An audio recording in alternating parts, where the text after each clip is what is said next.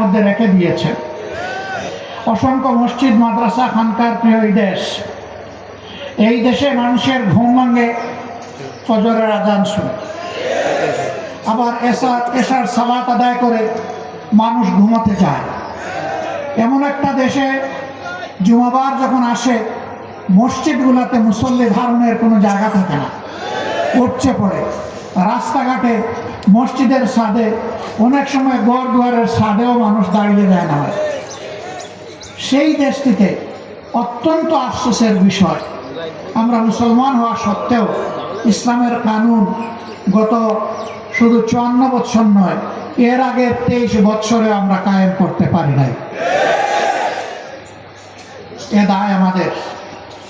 আল্লাহ তাআলা নিয়ামত আমাদেরকে দিয়ে ঘোষণা দিয়েছেন, যে আয়াতের খণ্ডাংশ আমি আপনাদের সামনে তেলাওয়াত করেছি।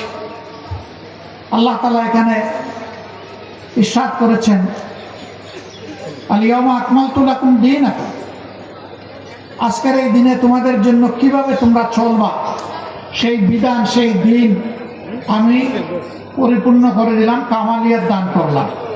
ওয়া আতমামতু আলাইকুম নিয়ামতি, আর তোমাদের জন্য সমস্ত নিয়ামত এখানেই রেখে দিলাম। এই কোরআনের মধ্যে, এই দিনের মধ্যেই নিয়ামত, এর বাইরে তোমাদের জন্য কোনো নিয়ামত নাই। এর বাইরে যা আছে সব লানত। ওয়ারাদিতু লাকুমুল ইসলাম দীনা, আর তোমাদের জীবন বিধান হিসাবে, তোমাদের দিন হিসাবে আমি ইসলামকে মনোনীত করে দিলাম। এই ফতোয়া কে দিয়েছেন? আল্লাহ রাব্বুল আলামিনের ফতোয়া পরিবর্তনের শক্তি কারো আছে? কারণে আফসোসের বিষয়, আমরা নিজ ঘর সোনাদানা মণিমুক্তায় পরিপূর্ণ থাকা সত্ত্বেও ভিক্ষুকের মতো আমরা ডানে এবং বামে হাত বাড়াই। ফিরে আসতে হবে নিজের ঘরে। আল্লাহ যে নিয়ামতের ভান্ডার আমাদেরকে দান করেছেন, সেই ভান্ডার বুকে নিয়ে এখন জাতিকে এগিয়ে নেওয়ার জন্য সামনে যেতে হবে ইনশাআল্লাহ। ভাই ও বন্ধুগণ, অনেকে বলেছেন, আমার ভাই খলিলুর রহমান সাহেব বলেছেন যে উনি নির্দলীয় এবং ওনার কোনো প্রতীক নাই। আমি দায়িত্বহীন কণ্ঠে বলছি, সমস্ত মুসলমানদের প্রতীক হচ্ছে আল কোরআন। আমরা পরিচয়বিহীন নয়। এই কোরআন আমাদের পরিচয়কে আসমানের নিচে এবং জমিনের উপরে সাবিত করে দিয়েছে। অতএব আমাদের প্রতীক হচ্ছে আল কোরআন।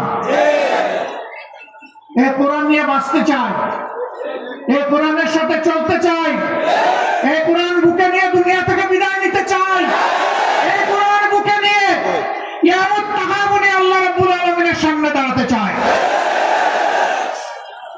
কোরআনকে বাদ দিয়ে যা আসবে সামনে, মুসলমান হিসাবে আমার এবং আমাদের পক্ষে কবুল করা সম্ভব নয়।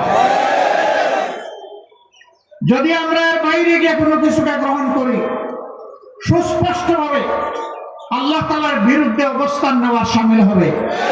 এই দুঃসাহস কার? আমরা যখন মসজিদে যাই,